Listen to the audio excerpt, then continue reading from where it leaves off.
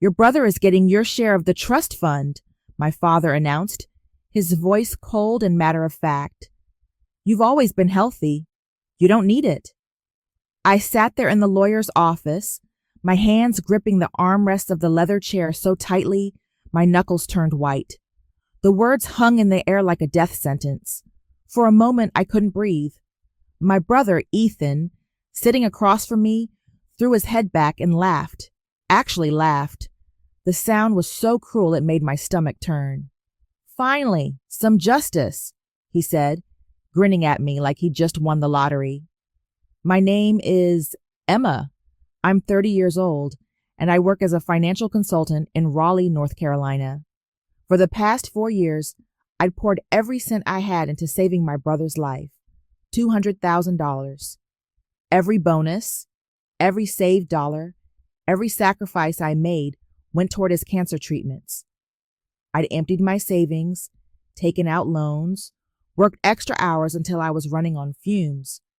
I did it because he was my brother, because family was supposed to matter, because I thought, stupidly, foolishly, that love and sacrifice would mean something. But sitting there in that office, watching him laugh at my expense, I realized I'd been nothing more than a convenient bank account. My grandmother had passed away 3 months earlier, and her will was finally being read. She'd set up trust funds for both Ethan and me years ago, equal shares that were supposed to give us security. I'd never touched mine, never even thought about it during Ethan's illness. The money I spent on his treatments came from my own pocket, from my own sweat and tears. But apparently, that meant nothing. The trust fund will help Ethan rebuild his life after everything he's been through, my mother added, her tone gentle, as if she were explaining something to a child. You understand, don't you, Emma? You've been so fortunate. You haven't had to suffer like he has. I looked at her, at the woman who'd raised me, and saw a stranger. My father sat beside her, nodding along as if this made perfect sense. Neither of them seemed to remember the late nights I'd spent researching treatment options, the calls I'd made begging for payment plans, the meals I'd skipped so I could wire money for Ethan's next round of chemotherapy. I spent $200,000 on his treatments, I said quietly, my voice steady despite the rage building inside me. Everything I had went to keeping him alive. And we're grateful for that, my father said, waving his hand dismissively. But that's done now. Ethan needs this money for his future. You have your career. You'll be fine. Ethan leaned back in his chair, still smirking. Come on, sis. Don't be selfish. I'm the one who almost died. Remember? The lawyer, Mr. Thompson, shifted uncomfortably in his seat. He'd been my grandmother's attorney for decades, and I could see the conflict on his face, but he stayed silent, bound by my father's decisions as the executor of the estate. I took a slow breath, feeling something shift inside me. 4 years of exhaustion, of sacrifice, of believing my family would recognize what I'd done. It all crystallized into a single, burning clarity. They weren't going to change their minds. They weren't going to suddenly see how wrong this was. They'd made their choice, and I was left with nothing. Okay, I said, my voice surprisingly calm, but let me just make a call first. My father frowned. A call, Emma? This isn't... I pulled out my phone, my fingers steady as I scrolled through my contacts. I'd saved this number months ago, back when I first started suspecting something wasn't right with the way my family treated me, when I noticed how every conversation somehow centered on what I could give, never what I deserved. This will just take a minute, I said, hitting the call button. The phone rang twice before a crisp, professional voice answered. Daniel speaking. Daniel, it's Emma, I said, putting the call on speaker. I need you. It's time. My family stared at me, confusion crossing their faces. Ethan's smirk faltered slightly. Understood, Daniel replied, his tone all business. I have everything ready. Should I proceed with filing the paperwork? Yes, I said, looking directly at my father. File everything. I want this done properly. Who the hell is Daniel? Ethan demanded, sitting up straighter. I smiled then, a small, cold smile that felt foreign on my face. Daniel is the best lawyer in Raleigh, actually one of the best in the entire state, and he's been helping me with something important. What are you talking about? My mother's voice rose with alarm. You'll find out soon enough, I said. Daniel, send the documents to Mr. Thompson's office. I think everyone here should see them. Already on it, Daniel confirmed. They'll have them within the hour. I ended the call and set my phone on the table. The room had gone completely silent except for the hum of the air conditioning. Mr. Thompson looked pale. My parents looked confused, and Ethan's face had gone from smug to uncertain in seconds. What did you just do? My father asked, his voice low and dangerous. I stood up, gathering my bag. I made sure justice actually gets served. The real kind, not your twisted version. The week before that phone call, I'd been going through my grandmother's old letters. She'd been a meticulous woman, keeping detailed records of everything. I'd found them while cleaning out her house in Charlotte, North Carolina. Boxes of correspondence and documents that my parents hadn't bothered to sort through. That's when I discovered the truth about the trust funds. My grandmother hadn't left equal shares. She'd left specific instructions that her estate be divided based on contributions to family welfare. She'd watched me sacrifice everything for Ethan, seen how my parents enabled his selfishness, and she'd made provisions. The trust funds were supposed to be distributed according to who actually supported the family during a crisis, but my father, as executor, had decided to ignore those instructions. I'd grown up in a typical middle-class family in Raleigh. My father ran an accounting firm. My mother was a school administrator, and we lived in a comfortable house with a nice yard at 123 Oakwood Lane. Ethan was 3 years younger than me. From the start, he'd been the golden child.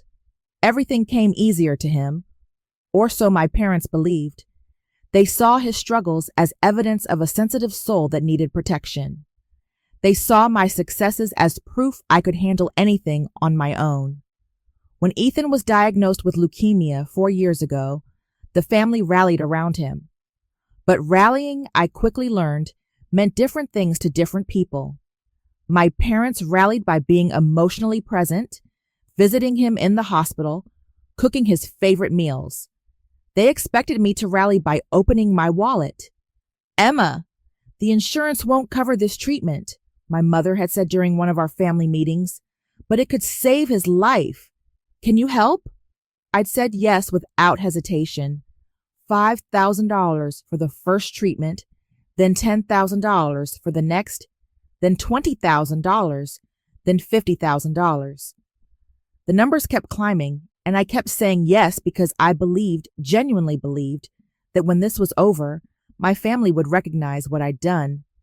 But they didn't see it as sacrifice. They saw it as duty. You make good money, my father had said once when I'd hesitated before writing another check. This is what family does. Don't be selfish. Selfish? That word had become their weapon of choice whenever I showed any sign of exhaustion or financial strain. I was selfish for wanting to keep some money for my own future. Selfish for suggesting Ethan's friends and extended family might contribute too. Selfish for being healthy when he was sick. I'd worked with Daniel for months, quietly gathering evidence and documentation. Every check I'd written, every wire transfer, every medical bill I'd paid, I'd kept meticulous records. My grandmother's letters had revealed her true intentions for the trust funds, and Daniel had helped me understand the legal implications of my father's decision to ignore those instructions. Your grandmother was very specific, Daniel had explained during our first meeting. He was a sharp-eyed man in his 50s, with a reputation for winning impossible cases. She wanted her estate to go to the family member who demonstrated true commitment and sacrifice. Your father's decision to override that is legally questionable at best. Can we challenge it? I'd asked. We can do more than challenge it, he'd replied, a hint of satisfaction in his voice. We can ensure her actual wishes are honored. And based on what you've shown me, that means the entire trust should go to you. I'd been stunned. The entire trust? Your brother contributed nothing during his own illness. In fact, he was the financial burden. Your parents contribute emotionally, but not financially. You're the only one who made actual sacrifices. By your grandmother's own criteria, you're the sole deserving beneficiary. But I'd hesitated. Taking everything felt wrong, even after everything they'd done. I just want what's fair, I'd said. Daniel had looked at me seriously. Emma, fair is you getting what you deserve after years of being taken advantage of.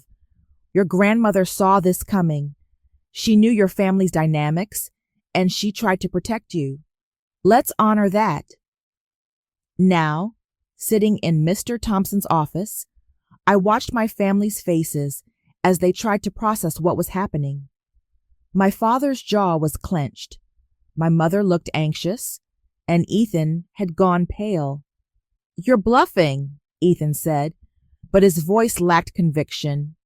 You can't just take the trust fund. I'm not taking it, I replied calmly. I'm claiming what Grandma actually intended for me. There's a difference. Mr. Thompson's phone buzzed, and he glanced at it before his face went even paler. I've received the documents, he said quietly, from a Mr. Daniel. I need to review these. What documents? My father demanded. Thompson, what's going on? Give him time to read, I said, settling back into my chair. I think you'll find it very enlightening. The minutes ticked by in tense silence. Mr. Thompson read through his tablet, his expression growing more troubled with each page. Finally, he looked up at my father.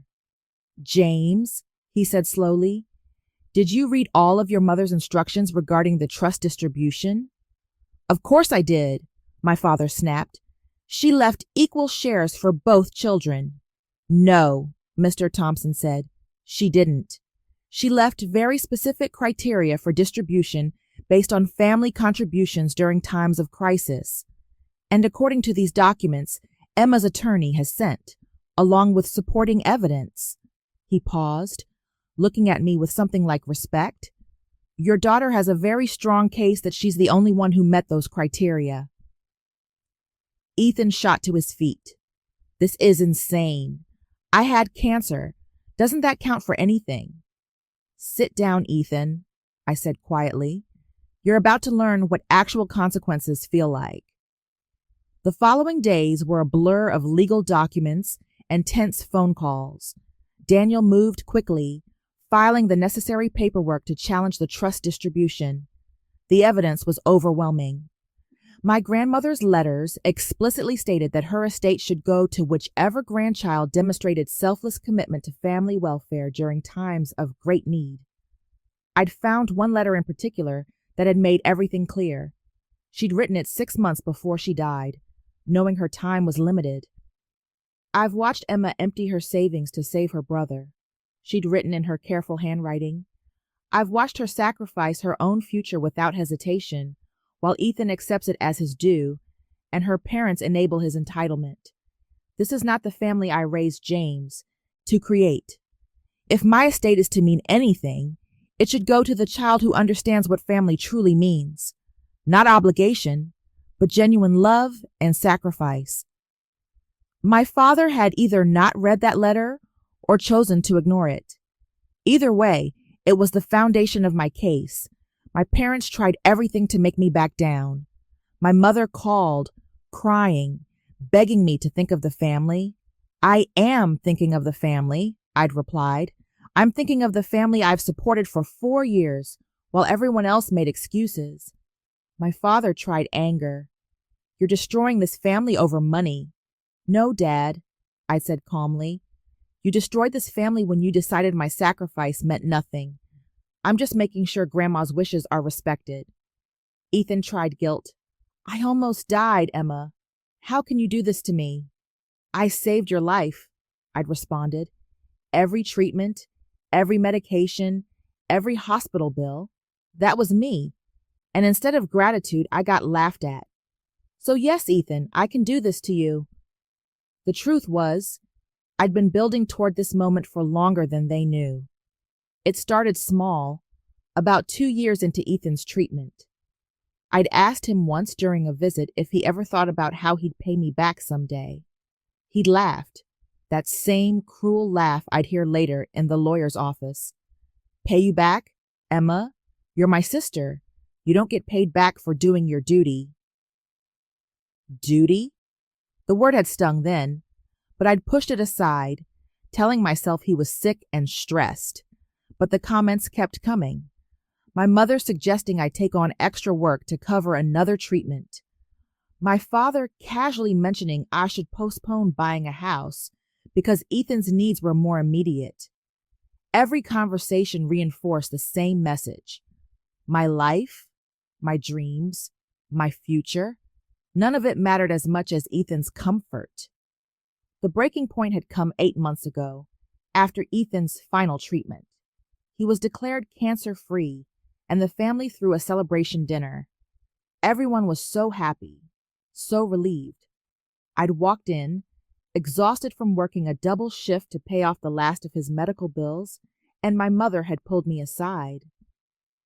Now that Ethan's better, you can focus on your own life again, she'd said, patting my hand. Maybe find a nice man. Settle down. You've put your life on hold long enough. I'd stared at her, waiting for the acknowledgement that never came, waiting for her to recognize what I'd sacrificed, what I'd given up. But she just smiled and went back to celebrating Ethan's recovery. That night, I'd gone home and called every lawyer in Raleigh until I found Daniel. I need someone who specializes in estate law and family disputes, I told him. And I need someone who won't back down when my family tries to manipulate them. Daniel had listened to my story and agreed to take my case. Start documenting everything, he'd advised. Every conversation, every request for money, every dismissal of your contributions. And find your grandmother's paperwork. If her will says what you think it does, we have a case. Now, 3 weeks after that initial phone call in Mr. Thompson's office, Daniel called with news. The judge has reviewed everything, he said. Your grandmother's intentions are clear, and your father's decision to ignore them was legally unsound. The court is ruling in your favor. I sank into my chair, barely believing it. The entire trust? The entire trust, Daniel confirmed. 2 million, Emma. It's yours. And there's something else. The judge was particularly moved by your grandmother's letters and your documentation of financial support. He's also ordering your parents to repay you the $50,000 they borrowed from you last year for their vacation, the loan they claimed they'd forgotten about. I'd forgotten I'd even mentioned that to Daniel. It had seemed like such a small thing compared to the $200,000 I'd spent on Ethan. When will this be final? I asked. 2 weeks. They can appeal, but based on the evidence, any appeal would be frivolous. Start making plans for what you'll do with your inheritance. After we hung up, I sat in my apartment at 456 Maple Drive, looking at the sparse furniture and bare walls. I'd lived like this for 4 years, every extra dollar going to Ethan's care. My friends had moved into nice houses, started families, built lives. I'd put everything on hold. Not anymore. I called my parents that evening. My father answered, his voice tight with barely controlled anger. I suppose you're calling to gloat, he said. No, I replied. I'm calling to tell you that this was your choice. You could have recognized what I did. You could have shown gratitude or at least basic respect. Instead, you laughed at me and tried to take what little grandma left me. So yes, I fought back. And yes, I won. This will destroy our relationship, my mother said from the background, her voice breaking.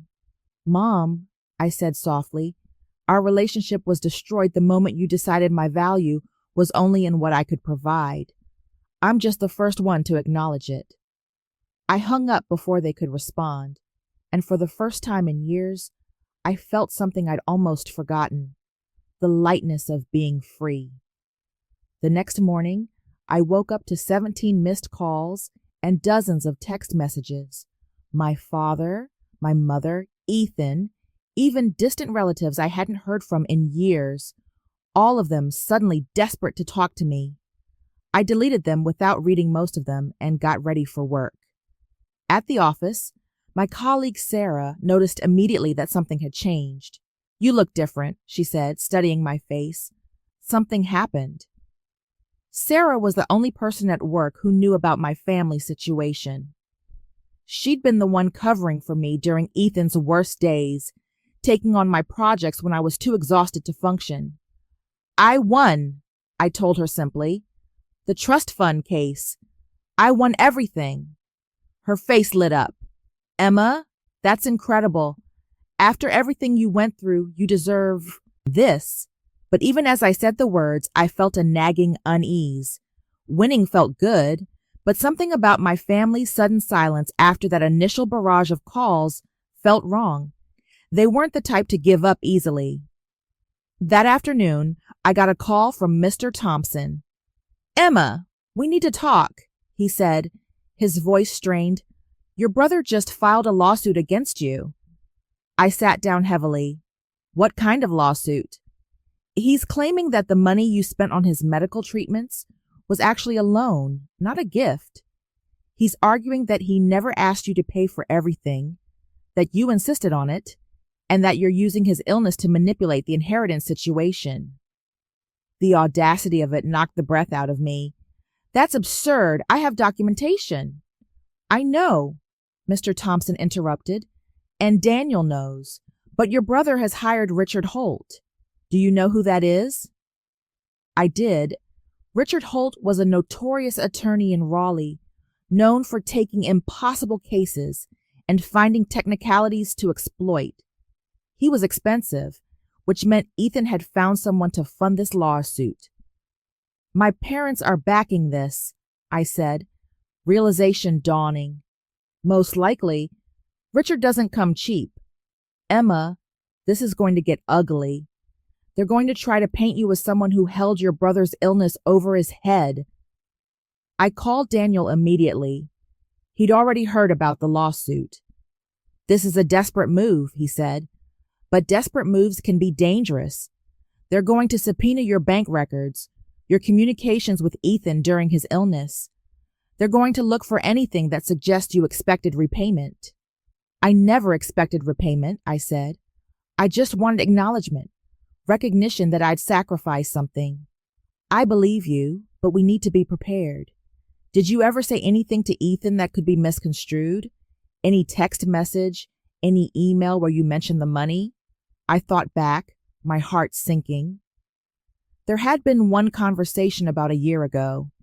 Ethan had been complaining about being bored during recovery, wanting to take an expensive vacation to heal properly.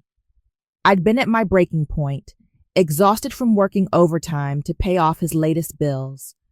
I told him I couldn't help with the vacation, I said slowly. I said something like, I've already given you everything I have. Could they use that?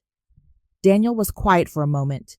Potentially they could argue that phrasing suggests you viewed it as a transaction, but we can counter it. The context matters. You were explaining why you couldn't give him more money, not demanding repayment. The lawsuit consumed the next 2 weeks. Richard Holt filed motion after motion, each one designed to delay the trust fund distribution and paint me as a villain. The local media picked up the story. Sister sues brother over inheritance after paying medical bills. And suddenly, I was being judged by strangers who knew nothing about what I'd endured. My mother gave an interview to a local news station, tears streaming down her face as she talked about how heartbroken she was that I was using Ethan's cancer as leverage. She was always so generous during his illness, my mother said, dabbing at her eyes. We thought it came from love, but now we see it was calculated. She kept receipts of everything. What kind of sister does that? I watched the interview in my apartment, feeling sick. They were twisting everything, making my practical decision to keep records look like evidence of manipulation. Sarah came over that night with wine and takeout. Don't watch that garbage, she said, turning off the television. Anyone who knows you knows the truth. But most people don't know me, I replied. They just see the headlines. Cruel sister denies cancer survivor. His inheritance. The truth will come out in court, Sarah insisted. Daniel's good. He'll make sure of it. But I wasn't so sure anymore. Richard Holt was already creating reasonable doubt, suggesting alternate interpretations of my actions. What if the judge believed them? What if I ended up with nothing after all of this? That night, I couldn't sleep. I kept replaying every conversation with Ethan, every text message, looking for ammunition they could use against me. And then I remembered something I'd almost forgotten about. The recordings. About 18 months into Ethan's treatment, I'd started feeling uneasy about our family dynamics, the way my parents casually asked for money, the way Ethan took my help for granted. It had started to feel less like family support and more like exploitation. So, I'd begun recording some of our conversations, just in case I ever needed to protect myself. I'd felt guilty about it at the time, like I was betraying family trust. But now, digging through my old files, I found them. Hours of recordings from family dinners, phone calls, meetings about Ethan's care. And in those recordings was the truth. Every casual dismissal of my sacrifice, every entitled demand, every moment they'd made clear my worth was only in my wallet. I called Daniel at midnight. I have recordings, I said, from during Ethan's treatment, conversations with my family. Are they legally obtained? Daniel asked immediately. North Carolina is a one-party consent state, so as long as you were part of the conversation, I was, I confirmed. Every single one. Send them to me now. This could change everything. I spent the rest of the night uploading files to Daniel's secure server. As each recording transferred, I listened to the snippets. My mother's voice saying, Emma's salary is higher. She should cover more. My father explaining to Ethan, your sister doesn't need her savings. She's investing in family. Ethan himself, in one particularly clear recording, saying, why would I thank her? She's supposed to help me. That's what sisters do. By morning, Daniel had reviewed everything. Emma, he said, his voice carrying barely contained excitement. These recordings don't just defend you, they destroy their case. In fact, they open up new possibilities. Your family's behavior could be construed as financial exploitation. We might be able to argue for more than just the trust fund. What do you mean? I asked. I mean, we might be able to get your $200,000 back, every cent you spent on Ethan's treatment. We might be able to prove your family coerced you into it through emotional manipulation. The courtroom was packed the day Daniel played the recordings. Richard Holt had been confident, strutting around like he'd already won. My parents sat behind Ethan, my mother holding his hand, both of them looking like victims in their carefully chosen conservative clothes. I sat with Daniel at our table, my hands folded calmly in my lap. I'd learned to hide my emotions over the past 4 years. That skill was serving me well now. Your Honor, Daniel began, the defense has painted Miss Emma as someone who manipulated her brother's illness for personal gain. They claim she kept records as evidence of loans, not gifts, but I'd like to present evidence that tells a very different story, one of systematic exploitation of a young woman's love for her family. Richard Holt objected immediately. Your Honor, this is a transparent attempt to distract from... I'll allow it, Judge Carter interrupted. She was a woman in her 60s, known for being fair but strict. Proceed, Mr. Daniel. Daniel played the first recording. It was from a family dinner 2 years ago. My father's voice came through clearly. Emma, we need to talk about Ethan's next treatment. Insurance denied it, but the doctor says it's crucial. How much can you contribute? My voice, tired. Dad, I've already given $40,000 this year. I'm running out of savings. Ethan's voice, petulant. So, you're going to let me die because you want to keep your money? My mother, Emma, please don't be selfish. Your brother needs you. The courtroom was silent. I watched my parents' faces drain of color. Ethan shifted uncomfortably in his seat. Daniel played another recording, this one from a phone call. My mother's voice, Emma, your father and I were thinking of taking a vacation when Ethan's treatment ends. Just a week somewhere warm. We've been so stressed. Could you help with the cost? Maybe $5,000 or $6,000. Me, Mom, I'm barely keeping up with Ethan's medical bills. My mother, her voice hardening. We've been there for Ethan emotionally. That's just as valuable as money. You can afford to help your parents after everything we've done for you.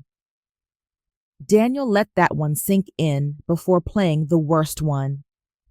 It was from 3 months before my grandmother died. Ethan was in remission, declared cancer-free. The family had gathered for a celebration dinner. Ethan's voice, laughing, you know what's funny? Emma's been so focused on keeping me alive, she forgot to have a life of her own. No boyfriend, no house, nothing. Just work and more work, my father amused. Well, that's what happens when you make your family your whole world. But we appreciate it, honey. Your sacrifice meant something. My mother, though really, Emma, now that Ethan's better, you should think about your own future. You're 28 years old. Time to stop being everyone's bank and find a husband. Ethan again. Yeah, sis, your job's done. Time to get your own life. The recording ended. The silence in the courtroom was deafening. I saw several jury members looking at my family with undisguised disgust. Judge Carter leaned forward. Mr. Holt, would you like to respond to this evidence? Richard Holt stood, but for the first time since the trial began, he looked uncertain. Your Honor, these recordings lack context. Family conversations can sound harsh when taken out of... These recordings have plenty of context, Daniel interrupted. They show a pattern of emotional manipulation and financial exploitation spanning 4 years.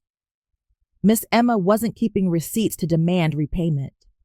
She was keeping receipts because she was being systematically drained by her family, and some part of her knew she might need to protect herself. Objection, Richard Holt said, getting desperate now. This is speculation about my client's state of mind. Sustained, Judge Carter said, but her expression suggested she'd already made up her mind. Daniel played 3 more recordings, each one more damning than the last. The final recording was from the day before my grandmother's will reading. My father's voice, tomorrow we find out about Mother's estate. I've already decided Ethan should get both trust funds. Emma's done well for herself. She doesn't need it. My mother, are you sure? Won't she object? My father, if she does, we'll remind her about family loyalty. After all, she'd hate for people to know she's been keeping score of every dollar she spent on her brother. Makes her look petty. The recording clicked off. The courtroom erupted in murmurs. Judge Carter banged her gavel. Order, she called. Mr. Holt, does your client wish to proceed with his lawsuit? I watched Ethan lean toward Richard Holt, whispering frantically. Richard's face was grim as he listened. Finally, he stood. Your Honor, in light of this new evidence, my client wishes to withdraw his lawsuit. Motion granted, Judge Carter said. She turned to look directly at my family. However, I'm troubled by what I've heard today. These recordings suggest financial elder abuse and coercion. I'm ordering a full investigation into the family's treatment of Miss Emma over the past 4 years. My father shot to his feet. Your Honor, this is unnecessary. Sit down, Mr. James, Judge Carter said sharply. You've already proven yourself unreliable as an executor of your mother's estate. The investigation will determine whether criminal charges are warranted. Furthermore, I'm awarding Miss Emma her full inheritance as originally planned, along with court costs and attorney fees to be paid by the plaintiffs. Richard Holt tried one last time. Your Honor, my clients don't have the resources to. Then they should have thought of that before filing a frivolous lawsuit, Judge Carter snapped. We're adjourned.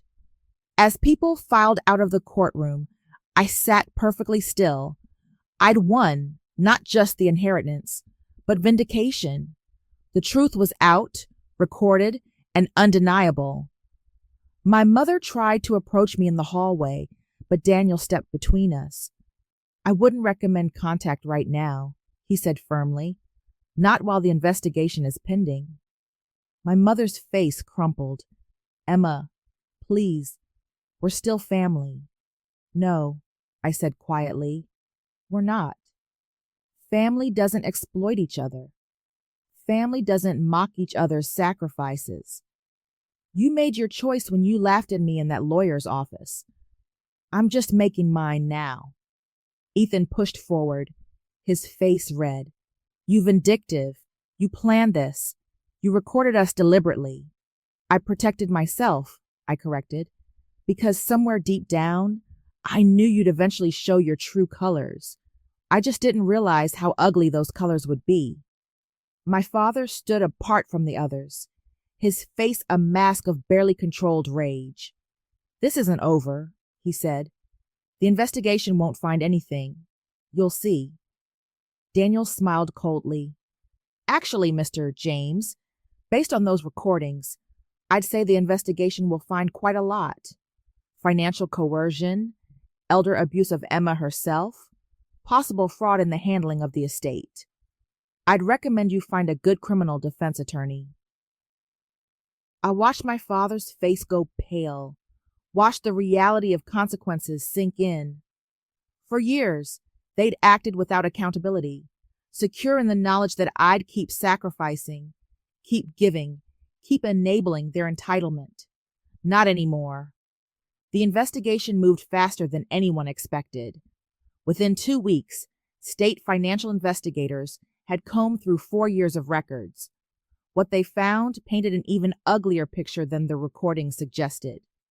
My parents had lied about their financial situation. They weren't struggling to help Ethan. They had significant savings they'd never touched. Instead, they'd manipulated me into covering costs they could have easily paid themselves. The vacation they'd asked me to fund?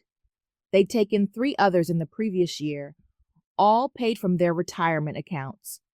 But the worst discovery came when investigators looked into Ethan's medical bills. Daniel called me on a Tuesday afternoon. Emma, are you sitting down? What did they find? Your brother's insurance covered more than he told you, significantly more.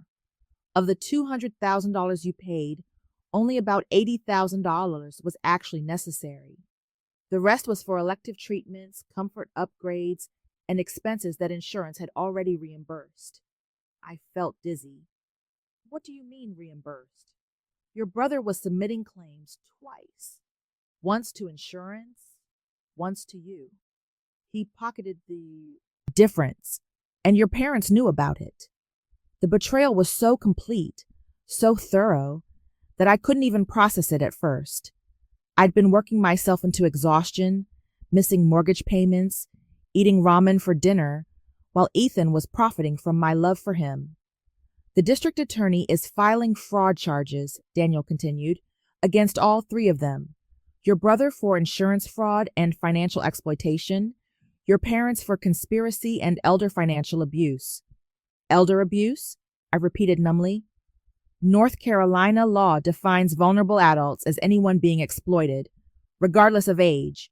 The systematic nature of what they did to you qualifies. Emma, they could face serious jail time. I should have felt triumph. Instead, I felt hollow. This was my family, the people who'd raised me, who I'd loved unconditionally, and they'd systematically destroyed that love for money they didn't even need. Sarah convinced me to take a week off work. I spent it in a cabin in the Blue Ridge Mountains, away from phones and people. I needed to think, to process everything that had happened. On the third day, I got a letter. It had been forwarded from my apartment. The return address was from a state prison. Someone had already been arrested pending trial. It was from Ethan. I almost threw it away without reading it, but something made me open it. The letter was short, written in Ethan's familiar scrawl. Emma, I know you won't believe this, but I'm sorry. Not sorry I got caught. Sorry I did it in the first place. You want to know the worst part? I didn't even need most of that money. I wanted it. I wanted you to prove you love me more than your own comfort.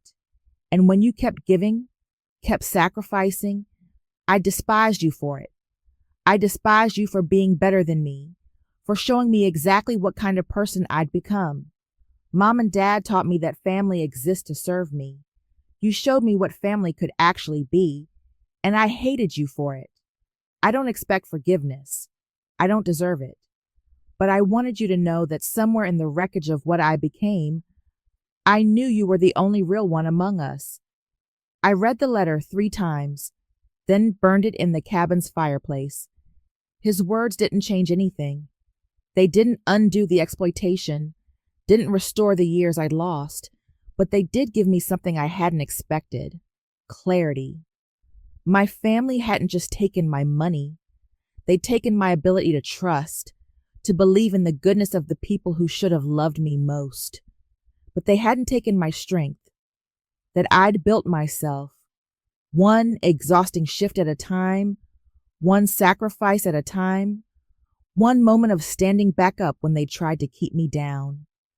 When I returned to Raleigh, there was a message from my grandmother's lawyer, Mr. Thompson. Emma, there's something else in your grandmother's estate you should know about. Can you come to my office? I met him the next day. He looked older than I remembered, worn down by the revelations about my family. Your grandmother left you something beyond the trust fund, he said, sliding a document across his desk. A letter, to be given to you only after the distribution was finalized. I opened it with trembling hands. My grandmother's handwriting filled the page. My dearest Emma, if you're reading this, then you fought for what you deserve. I'm proud of you. I watched you sacrifice everything for a brother who never appreciated it, for parents who saw you as a resource rather than a daughter. I wanted to protect you, but I also wanted you to find your own strength. The trust fund is yours by right, but more importantly, by character. Use it not just to rebuild what you've lost, but to build something new, something they can never touch. And remember, the best revenge is a life well lived. Love, always, Grandma. I sat in Mr. Thompson's office and cried, not from sadness, but from relief. Someone had seen me. Someone had understood. The district attorney offered my family a plea deal: return the fraudulent money, serve probation, and admit guilt publicly. My father refused at first, insisting on fighting the charges. But when the evidence against them became public, when neighbors and colleagues turned away in disgust, he accepted the deal. Ethan served 6 months in jail for fraud before being released on probation. My parents got 2 years probation and were ordered to pay restitution, not just the fraudulent medical costs, but damages for emotional distress. The amount was substantial, forcing them to sell their house at 193 Oakwood Lane and downsize to a small apartment at 789 Pine Street. I didn't attend their sentencing. Daniel handled it for me. I was busy with other things, specifically buying my first house, a beautiful craftsman at 321 Cedar Avenue in a quiet Raleigh neighborhood. The trust fund had given me financial security I'd never imagined. But more than that, it gave me the freedom to rebuild my life on my own terms. Sarah helped me move in, along with a few other friends from work. We ordered pizza, drank cheap wine, and christened every room with laughter. As I stood on my new porch, watching the sunset paint the sky in shades of orange and gold, I felt something I hadn't felt in years. Peace. My phone rang. An unknown number. I almost didn't answer, but something made me pick up. Emma. It was my mother's voice, small and broken. Please, can we talk? We made mistakes, terrible mistakes, but we're still your parents. Doesn't that count for something? I looked at my new home, at Sarah laughing with friends in the living room, at the life I'd built from the ashes of my family's betrayal. You are my parents, I said quietly. But being a parent means more than biology.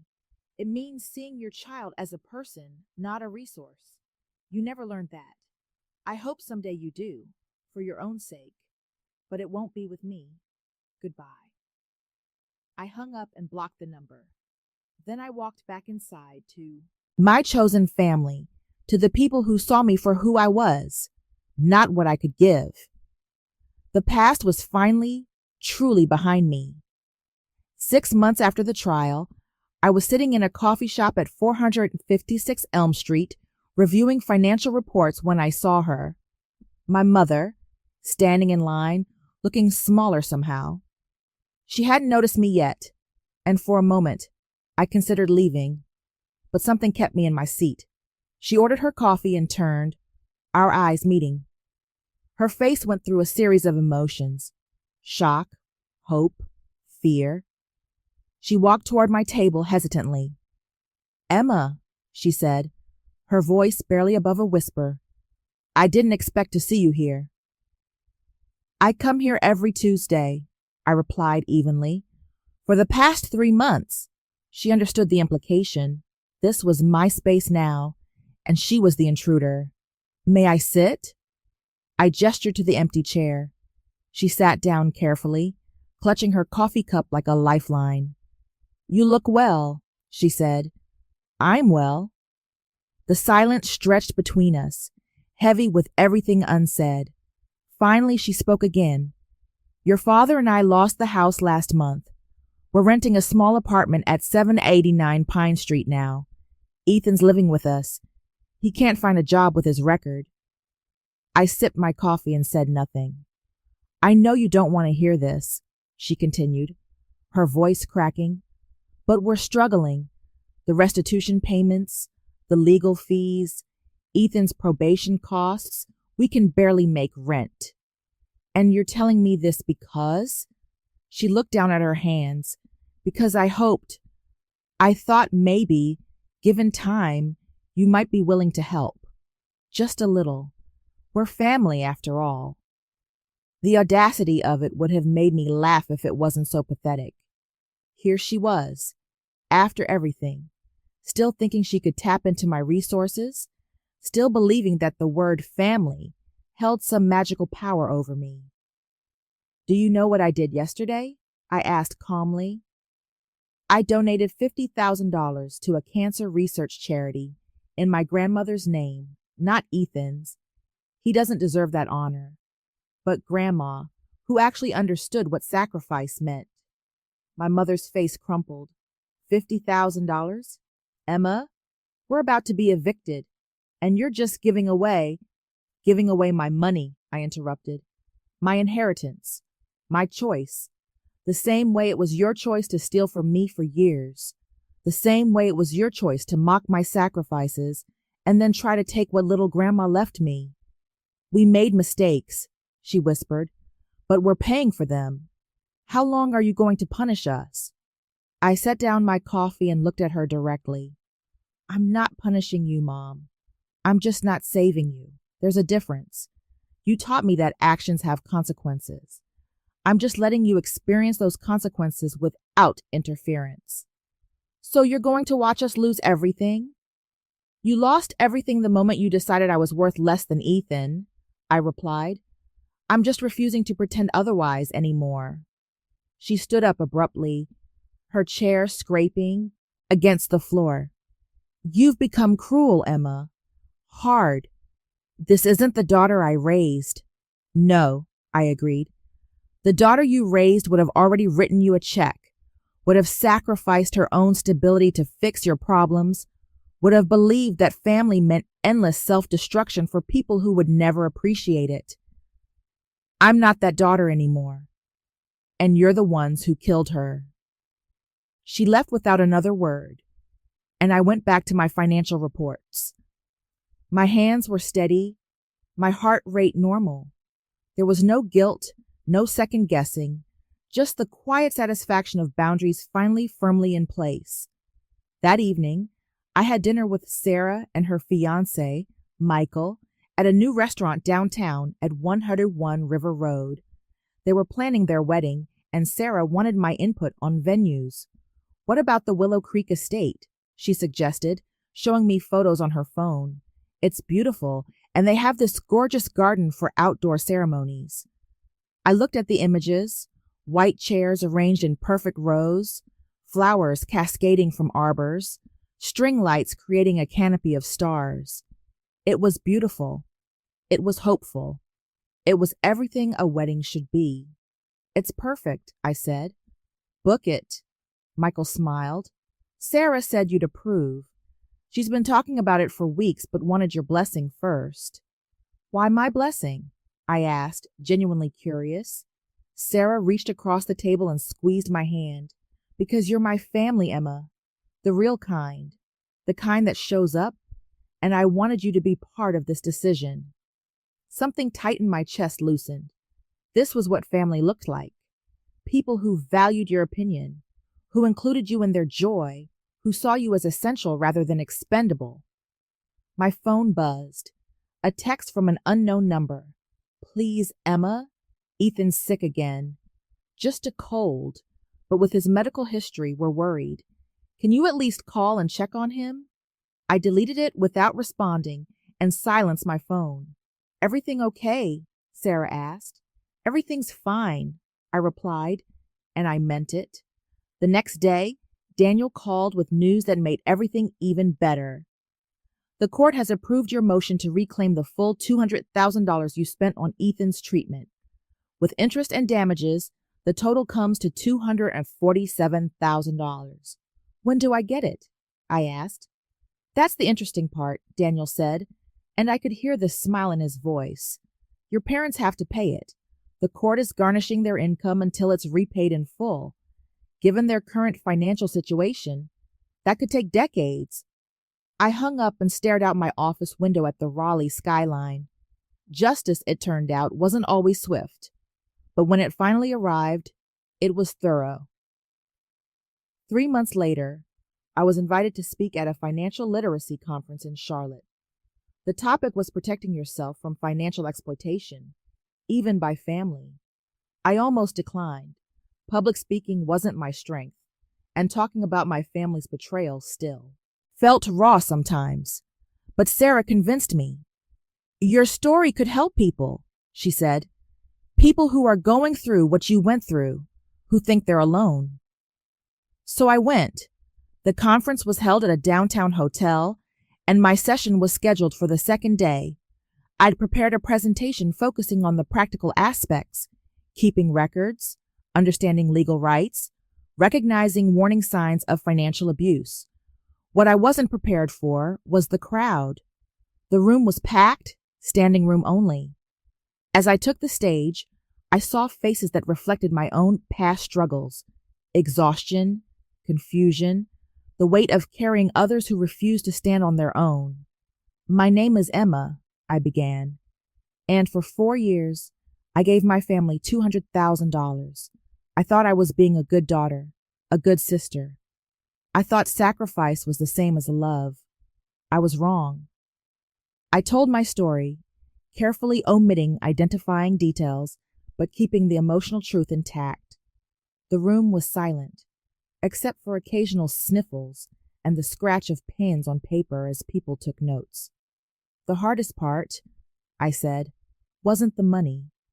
It was accepting that the people I loved most saw me as a resource, not a person. It was realizing that family had become a weapon they used against me instead of a bond that connected us.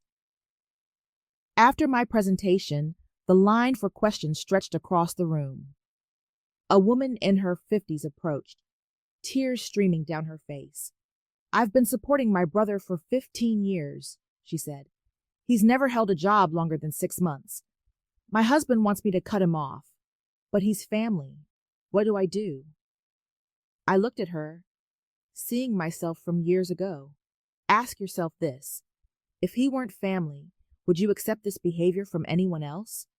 If the answer is no, then you have your answer. Being related doesn't give someone the right to drain you dry. An elderly man was next. "My children expect me to pay for everything: their mortgages, their cars, their vacations. I'm running out of retirement savings, but I'm their father. Isn't it my job to provide?" "Your job was to raise them to be independent adults," I replied gently.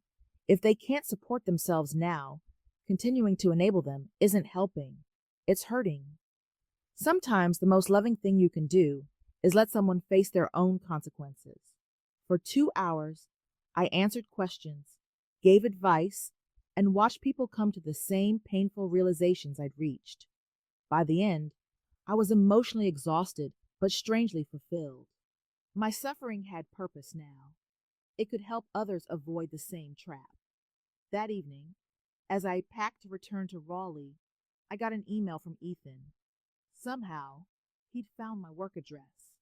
"Emma, I saw your presentation online. They recorded it and posted it. I just wanted you to know I watched it. I heard what you said about us, and you were right about everything. I destroyed your trust in family because I never learned what family really meant. Dad and Mom are still in denial, but I'm not. I'm trying to be better, not for you. You owe me nothing, but for myself, because I don't want to be the person who broke his sister for pocket change. I hope someday you can be proud of who I become, even if you're never part of my life again." I read it twice, then filed it away without responding. His growth was his responsibility, not my concern. Maybe someday his words would mean something, but right now, they were just words from someone who'd already proven what he was capable of. The next week, Sarah got married. The ceremony at Willow Creek Estate was exactly as beautiful as the photos had promised. I stood beside her as maid of honor, holding her bouquet as she exchanged vows with Michael. During the reception, I caught myself smiling, really smiling, not the polite social smile I'd perfected over the years, but genuine joy. Sarah and Michael were dancing, her white dress twirling as he spun her around. Other friends laughed and celebrated, creating memories that had nothing to do with obligation or manipulation. This was what happiness looked like, not the absence of family, but the presence of people who actually cared. As the DJ announced the last dance, Sarah pulled me onto the floor. "Dance with me," she insisted. "You're my sister in all the ways that matter." We danced together, swaying to some sentimental song about friendship, and standing there, surrounded by people who chose to love me rather than use me, I realized something profound. My family's betrayal had cost me $200,000 and 4 years of my life. But in destroying my faith in them, they'd forced me to build something stronger. Faith in myself, faith in my judgment, faith in the family I could choose rather than the one I was born into. The money I'd reclaimed from my family, I decided to invest in something worthwhile. Not revenge, not punishment, but building the life I deserved. I used part of it to start a small foundation that helped people escape financial exploitation by family members. The rest I invested wisely, building security that no one could take from me again. My grandmother had been right. The best revenge was a life well lived, and I was finally, truly living. 1 year after my grandmother's trust fund was rightfully restored to me, I received a certified letter. My father had died, a heart attack, sudden and unexpected. The funeral was in 3 days. I stared at the letter for a long time, feeling nothing. No grief, no sadness, not even the bitter satisfaction I might have expected. Just a hollow acknowledgement that a chapter had finally, completely closed. I didn't attend the funeral. Instead, I spent that day at my foundation's office at 604 Birch Lane, meeting with a young woman named Olivia, who'd been financially exploited by her parents for 8 years. She'd paid for her younger siblings' college educations while working 3 jobs, only to be cut out of the family when she finally said no to funding their next demand. They told me I was selfish, Olivia said, her voice shaking, that I owed them for raising me. You don't owe anyone for being born, I replied, echoing words my therapist had told me months ago. Children aren't investments. They're people who deserve to grow into their own lives. After Olivia left, feeling more empowered than when she'd arrived, I sat in my office and thought about my father. Had he understood at the end what he'd done? Had he realized that his greed had cost him a daughter who'd once loved him unconditionally? I'd never know, and surprisingly, I found I didn't care. 2 weeks later, my mother showed up at my house at 321 Cedar Avenue. I saw her through the window, standing on my porch, looking frail and uncertain. I considered not answering, but something, maybe closure, maybe curiosity, made me open the door. Your father's dead, she said. No greeting, no pleasantries. I know. I didn't come to the funeral. She looked past me into the house, taking in the comfortable furniture, the artwork on the walls, the life I'd built. You've done well for yourself. I have. Ethan's still struggling. He can't find decent work with his record. He's been applying everywhere, but... Mom, I interrupted, why are you here? Her face crumpled slightly. Because I'm alone. Your father's gone. Ethan's useless. And I can't manage on my own because, despite everything, I'm still your mother. I looked at this woman who'd given birth to me, raised me, and then systematically destroyed my trust in family bonds. She was smaller than I remembered, worn down by consequences she'd never anticipated. You want to know something? I said quietly. For years, I dreamed about this moment, about you finally understanding what you'd lost, finally feeling the emptiness you created. But standing here now, I don't feel victorious. I just feel tired. Then help me, she pleaded. If you're tired of fighting, just help me. I'm begging you. I am helping you, I replied. I'm helping you experience the full weight of your choices. Every struggle you face, every hardship, those are the consequences you earned. And I'm not going to rob you of those lessons by swooping in to fix things. That's cruel, Emma. No, Mom. Cruelty was laughing at me when I was denied my inheritance. Cruelty was pocketing money meant for Ethan's medical care. Cruelty was teaching my brother that exploiting me was acceptable. What I'm doing now, this is called boundaries, and I'm finally healthy enough to maintain them. She turned to leave, then paused. I hope you're happy, Emma. I hope all of this was worth it. It wasn't about worth, I said to her, retreating back. It was about survival. And yes, Mom, I am happy. Happier than I ever was when I was trying to earn love from people who saw me as an ATM. She left, and I closed the door on that chapter of my life for good. That evening, I met Sarah and Michael for dinner. Their son, barely 3 months old, slept peacefully in Sarah's arms. They'd asked me to be his godmother, a role I'd accepted with tears in my eyes. How are you doing? Sarah asked, seeing something in my face. My mother came by today, I said, wanting help, wanting me to fix their problems, and I said no, cleanly, clearly. Finally, Michael raised his glass. To boundaries. To chosen family, Sarah added. To living well, I finished. We clinked glasses, and I felt the last piece of old pain finally release its grip on my heart. My mother eventually moved to a subsidized housing unit at 987 Spruce Court, living on Social Security and whatever part-time work she could find. Ethan married someone equally damaged, and together they struggled through life, each blaming the other for their failures. Neither of them ever took responsibility for what they'd done to me, preferring to cast themselves as the victims of my cruelty. I heard these updates from distant relatives occasionally, and each time felt nothing but relief that I was no longer part of that dysfunction. The foundation I created helped 73 people in its first 2 years escape financial exploitation by family members.